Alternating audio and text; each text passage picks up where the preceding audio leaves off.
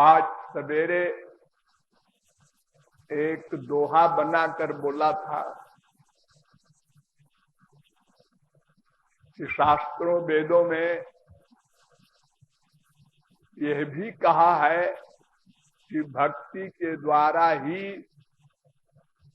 भगवान मिलते हैं, भगवान का प्रेम मिलता है।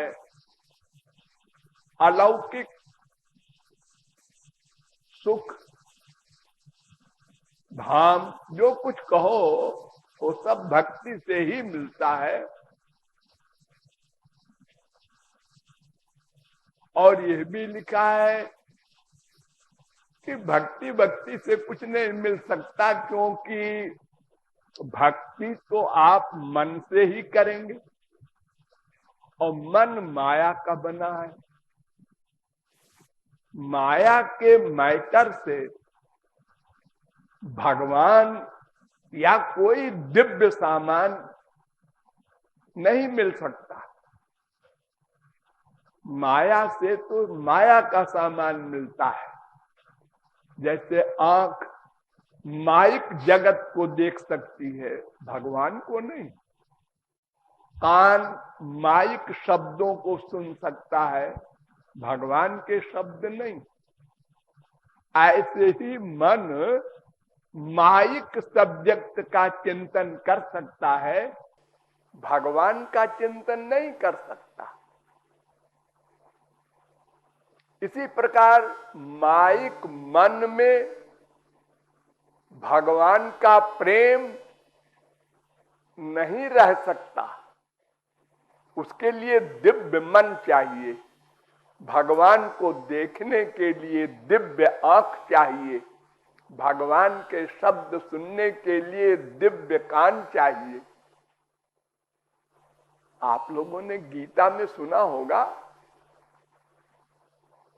जब भगवान ने बार बार कहा मैं भगवान हूं, तो अर्जुन ने कहा आप बार बार कहते हैं मैं भगवान हूं, किधर से भगवान हूं? मैं तो देख रहा हूं आपको, हमारी तरह आप है, वैसे ही हाथ है, पैर है, आंख है, मुंह है, कान है, और हंसना, रोना, गाना, खाना, पीना सब हमारी तरह। तो भगवान ने कहा देख तेरी इंद्रियां, मन, बुद्धि सब माइक है, इसलिए तू मेरा असली रूप नहीं देख रहा है। अच्छा तो फिर दिखा दो ना। अरे तू कैसे दिखा दूं? तेरी आंख तो माया की बनी है, पंच महाभूत की। वो दिव्य दृष्टि से मैं दिखाई पड़ता हूं। ना हम प्रकाश सर्वस्य योग माया समावृता। अरे तो दिव्य दृष्टि दे दो ना। बड़ा जिद्दी है। अच्छा ले, दिव्य दृष्टि दिया। आप उसने देखा भगवान को, भगवान के रूप में अनंत कोटि सूरज के समान प्रकाश, अनंत हाथ, पैर, मुंह, कान। आंख बंद कर लिया, शरीर कांपने लगा, पसीना छूट गया, चक्कर आ गया, और आंख बंद करके ही कहता है बस बस बस, मुझे नहीं देखना।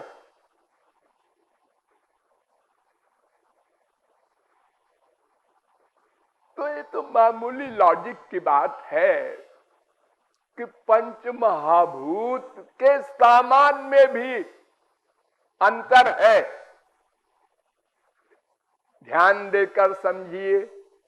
आंख पंच महाभूत की है, हाँ। कान भी पंच महाभूत का है, हाँ। तो क्यों जी, आंख ही से क्यों दिखाई पड़ता है, कान से क्यों नहीं दिखाई पड़ता? जब एक ही सामान से दोनों इंद्रियां बनी हैं, मां के पेट में शरीर बना है, तो आंख केवल देखने का काम करती है, कान केवल सुनने का काम करता है। कोई दुनिया में ऐसा आविष्कार नहीं हो सका, न हो सकेगा कि कान से देखने का काम चले, आंख से सुनने का काम चले। तो देखो पंच महाभूत में जब इतना बड़ा अंतर है, तो पंच महाभूत के बने हुए इंद्रिय मन बुद्धि से दिव्य भगवान का दर्शन स्पर्श कैसे होगा? तो भक्ति कोई करे, चाहे संसार की भक्ति हो चाहे भगवान की हो, भक्ति करने वाला तो मन है। तो गो गोचर जह लग मन जाई, सो सब माया जाने हो भाई। यतो वाचो निवर्तन्ते अप्राप्य मनसा सह, वेद कह रहा है। तो ये बात समझ में आती है कि भगवान की कृपा से जैसे अर्जुन को दिव्य दृष्टि दिया, ऐसे जिसको दिव्य दृष्टि दे दे वो भगवान को देख सकता है। जिसको दिव्य शक्ति दे दे उसकी बुद्धि भगवान को जान सकती है। जिसके मन में भगवान की दिव्य शक्ति आ जाए, मिल जाए कृपा से, उसका मन भगवान का ध्यान कर सकता है। बाकी लोगों का तो अपना आइडिया है। आप लोग जो रूप ध्यान करते होंगे वो क्या करते होंगे? अपने मन से बना लिया, सुंदर आंख जो बना सकते हैं। तो कैसे बना सकेंगे? संसार में देखते हैं लोगों की आंख, मनुष्यों की, पशुओं की, तो जो आंख अच्छी लगी वैसे ही भगवान की मान लिया। और क्या करेंगे आप? आइडिया कहां से लाएंगे स्पिरिचुअल दिव्य? तो भगवान की कृपा से ही काम बनेगा। लेकिन फिर प्रश्न आता है कि अगर भगवान की कृपा से ही होना है सब कुछ, तो कुछ लोगों पर कृपा हो गई। तुलसी, सूर, मीरा, कबीर, नानक, तुकाराम, शंकराचार्य, वल्लभाचार्य, निम्बारकाचार्य, तमाम लोगों पर हो गई। और हम लोगों ने क्या बिगाड़ा है जो बच गए? भगवान के यहाँ तो दो दृष्टि नहीं होगी, सब उनके बच्चे हैं, सब पर कृपा होनी चाहिए थी। हाँ, ये भी सही बात है। खाली कृपा से काम होना होता तो अनंत जन्म बीत गए, क्यों नहीं कृपा हुई? एक प्रश्न है। तो भक्ति से ही काम बनेगा, इसमें ही हटा दो। भक्ति से भी काम बनेगा और कृपा से ही काम बनेगा में ही हटा दो। कृपा से भी काम बनेगा ऐसा कर दो। क्या मतलब? यानी भक्ति प्लस कृपा से काम बनेगा, यानी दोनों कंपलसरी है। भक्ति भी कंपलसरी है और कृपा भी कंपलसरी है। ये क्यों? ये तो भक्ति से अगर भगवान मिले तो बिजनेस है। हमारे संसार में दुकानें खुली रहती हैं, रुपया दो सामान मिला, जो चाहे सो खरीद लो। अरे जहाज खरीद लो, पैसा हो तो क्या बात है। ये कृपा थोड़ी है। बिना भक्ति के अगर भगवान दे दें तो हम मान ले कि ये कृपा है। कृपा माने बिना मूल्य के सामान दे कोई, वो कृपा है। और हमने दिया, उसने दिया, ये तो लेन देन है। ये तो हम लोग दुनिया में खूब करते हैं। देखो सवेरे 10 बजे दुकानदार बिना हमारे कहे दुकान पर पहुंच के झाड़ फूंक करके साथ पंखा वंखा लगाए, गद्दी बिछाए बैठ जाता है। हमको परख रहा है कोई आवे खरीदने, बड़ी कृपा कर रहा है। हाँ, वरना हम कहां ढूंढने जाते सामान, हमको एक साड़ी चाहिए थी।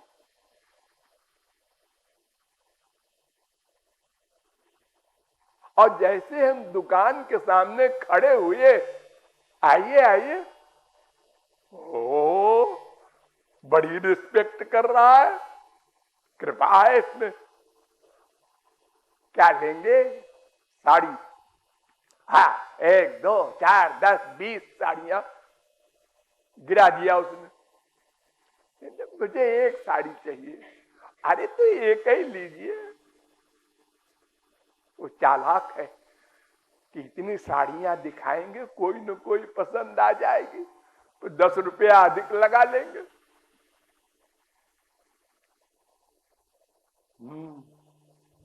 और अगर उसने देखा कि हमने 2000 की खरीदा है और 1500 से आगे नहीं बढ़ रहा है, तो सीरियस हो गया, तो जाओ आगे जाओ।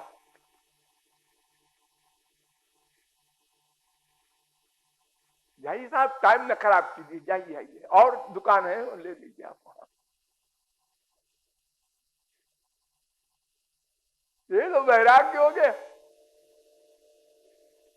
तो ये तो हमारे संसार में भी होता है, लेन देन।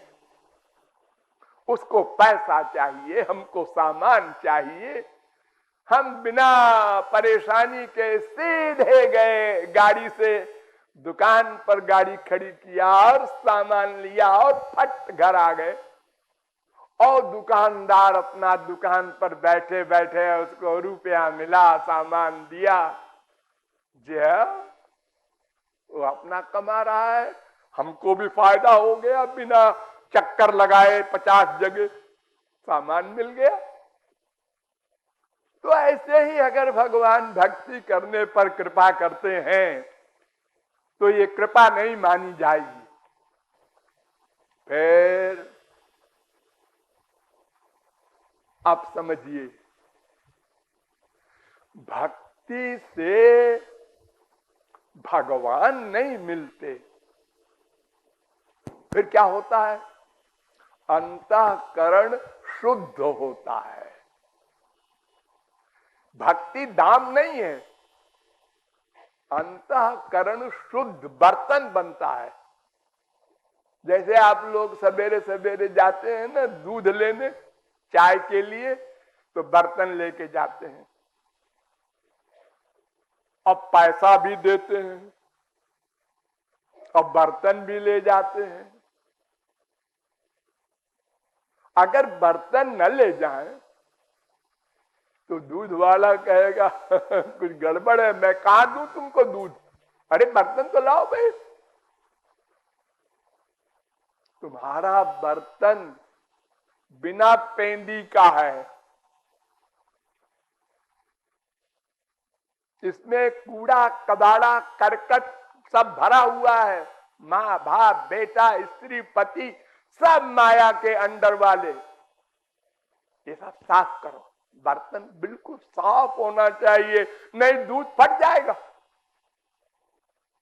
कोई भी जरा सी गंदगी रहती है बर्तन में अगर, तो आप लोग संसार में देखते हैं ना कि दूध डाला और फट गया, तो आप लोग कहते हैं दूध खराब है। दूध वाला कहता है बर्तन खराब है, दूध खराब नहीं है। और लोगों का तो नहीं फटा, तुम्हारा कैसे फट गया? तो बर्तन को शुद्ध करना का काम भक्ति का है। श्री कृष्ण की भक्ति से अंतःकरण की शुद्धि होगी, बस। भगवान नहीं मिलेंगे, माया भी नहीं जाएगी, त्रिगुण त्रिकर्म त्रिदोष पंचक्लेश पंचकोश कोई नहीं जाएगा। 84 लाख में घूमते रहो अंतःकरण शुद्ध करके। एक फायदा होगा, क्या? अब आगे गड़बड़ी का चांस कम है, क्योंकि अंतःकरण शुद्ध हो गया है ना। तो आगे आप पाप वगैरह ज्यादा नहीं करेंगे, या बिल्कुल नहीं करेंगे, चलो मान लिया। लेकिन जो किया है अनंत पाप, अनंत पुण्य, अनंत जन्मों में, उसका फल तो भोगना पड़ेगा। और उसके फल भोगने के लिए अनंत माइनस अनंत बराबर अनंत, अनंत जन्म तक भोगते रहो तो भी अनंत बचेगा। इतने पाप, इतने पुण्य तुम्हारे पास्ट टेंस में हो चुके हैं, उसका कैसे अत्यंता भाव होगा। और भगवान भी नहीं दिखाई पड़ेंगे, क्योंकि मन दिव्य नहीं है, शुद्ध है। वो कूड़ा कचरा निकल गया है मन का, बस। बुद्धि भी दिव्य नहीं है, वही माइक बुद्धि है जैसे पहले थी। अब संसार में अटैचमेंट नहीं रहा, मान लिया। अब मन न्यूट्रल हो गया। इसके बाद क्या होता है? चूंकि आपने भक्ति से मन शुद्ध कर लिया है, बर्तन बन गया है, इसलिए ध्यान दो, बिना कहे भगवान की कृपा हुई। उस कृपा से भगवान की एक पावर है, उसका नाम है स्वरूप शक्ति। उस स्वरूप शक्ति ने आकर के हमारे मन को, इंद्रियों को दिव्य शक्ति दे दिया और सब दिव्य हो गया। लेकिन शुद्ध होने के बाद, पहले नहीं दी जाएगी। वो कृपा होती है अंतःकरण शुद्धि के बाद। अंतःकरण, इंद्रियां, सब में दिव्य शक्ति आ गई। अब इस आंख में दिव्य आंख प्लस हो गया, यानी भगवान की आंख इस आंख में प्लस हो गई। भगवान की आंख से भगवान दिखाई पड़ेंगे, भगवान के कान से भगवान का शब्द सुनाई पड़ेगा। अब आपका सब मैटर, इंद्रिय मन बुद्धि स्पिरिचुअल हो गए, दिव्य हो गए। अब भगवान का दर्शन करो, भगवान से बातचीत करो, भगवान का आलिंगन करो, जैसे हम संसार में करते हैं, माँ बाप बेटा स्त्री पति से। अब बिल्कुल आसान है सब कुछ। भगवान यहाँ घोर कुरूप बूढ़े बनकर बैठे हो और आप पकड़ लेंगे, जी समझ गए, आप यहां बैठे। आपके पास वो यंत्र हो गया है, एक्सरे वाला। आज हमने अखबार में पढ़ा कि इंग्लैंड में एक ऐसा यंत्र बना है कि 80 फुट दूर से आपके कपड़े के अंदर वाली चीज वो देख लेंगे। आप हथियार छुपा के जा रहे हैं, आप कोई चीज कपड़े के अंदर कहीं रखे हैं, वो सब वहां दूर से देख लेंगे। ये मटेरियल विज्ञान है। तो उसी प्रकार के स्पिरिचुअल इंद्रिय मन बुद्धि जब हो गए, तो फिर भगवान कहीं भी रहे, कैसे भी रहे, हम उनको दिव्य दृष्टि के द्वारा देख लेंगे, उनका दिव्य प्रेम सब कुछ पा लेंगे। तो भक्ति न करेंगे तो अंतःकरण शुद्ध नहीं होगा, अंतःकरण शुद्ध नहीं होगा तो कृपा नहीं होगी, और कृपा नहीं होगी तो अंतःकरण या इंद्रियां दिव्य नहीं होंगी, और वो दिव्य नहीं होंगी तो फिर भगवत प्राप्ति, भगवत प्रेम प्राप्ति आदि का लाभ नहीं मिलेगा। ये आशय है।